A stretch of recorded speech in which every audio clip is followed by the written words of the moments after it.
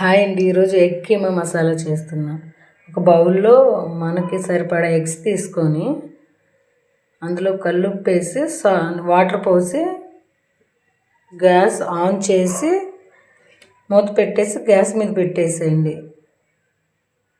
Gas మీద పెట్టేసిన తర్వాత దానికి కావాల్సినవి రెడీ చేసుకుందాం. ఆనియన్, కరివేపాకు, టమాటో, పచ్చిమిర్చి, కొత్తిమీర, మసాలా కూడా కావాలి కదా, ధనియాల పొడి, సాల్టు, పసుపు, కారం కొంచెం, అల్లం వెల్లుల్లి పేస్టు. మనం పచ్చిమిర్చి వేస్తాం కాబట్టి కారం కొంచెం వేసుకోండి. నెక్స్ట్ గ్యాస్ ఆన్ చేసి కళాయి పెట్టేసేయండి. పెట్టేసిన తర్వాత హీట్ అయినాక ఆయిల్ పోసేయండి. అందులో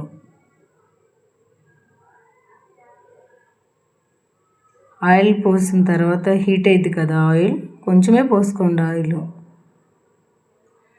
నెక్స్ట్ ఆనియన్ వేసేయండి. అందులో ఆనియన్ వేసిన తర్వాత దాంట్లో కొంచెం కొత్తిమీర పడిందండి, తీస్తున్నా నేను.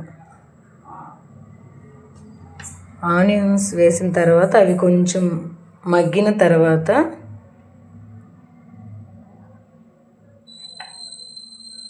పచ్చిమిర్చి, కరివేపాకు రెండు వేసేసి కలబెట్టేసేయండి.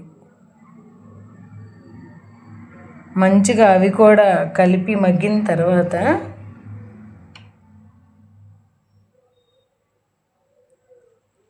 టమాటో వేసేయండి.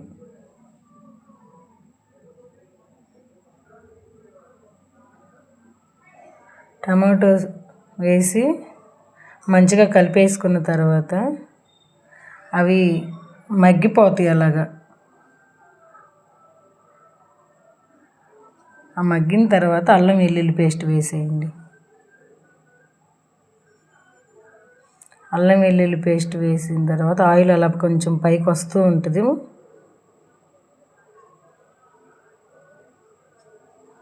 పసుపు కొంచెం, సాల్ట్ కొంచెం, కొంచెం కారం. ఆల్రెడీ పచ్చిమిర్చి వేసాం, కారం ఎక్కువ అయింది, కొంచెం వేసుకోండి. అదంతా మంచిగా కలిపేసేయండి. కలిపేసిన తర్వాత అలా వేగి అయిపోయిన తర్వాత వాటర్ పోసేయండి. వాటర్ కొంచెమే పోసుకోండి, ఎక్కువ వద్దు, మంచిగా ఉండదు అది కర్రీ. ఎగ్స్ మనం బాయిల్ చేసి పెట్టేసుకున్నాం కదా, దానిపైన పొట్టంతా తీసేసి అలా తురిమేసి పక్కన పెట్టేసేయండి. ఇది వాటర్ అంతా ఇంకిపోయిన తర్వాత ధనియాల పొడి వేసేయండి అందులో. నెక్స్ట్ ఎగ్స్ ఉంది కదా, మనం తురుము పెట్టుకున్న ఎగ్స్, అదంతా ఇందులో వేసేయండి. ఇది చపాతీలో, రోటీలో కాంబినేషన్ సూపర్గా ఉంటుందండి. ఒకసారి ట్రై చేయండి. మేము ఎప్పుడు చపాతీ చేసుకుని ఇలాగే చేస్తాం. అంతా కలిపెట్టుకొని అంతా మంచిగా కలిపెట్టేసుకొని అయిపోయిన తర్వాత కొత్తిమీర చల్లుకొని గ్యాస్ ఆఫ్ చేయండి. ఓకేనండి. మన ఛానల్ని ఇంకా ఎవరైనా సబ్స్క్రైబ్ చేయకపోతే సబ్స్క్రైబ్ చేయండి. బాయ్.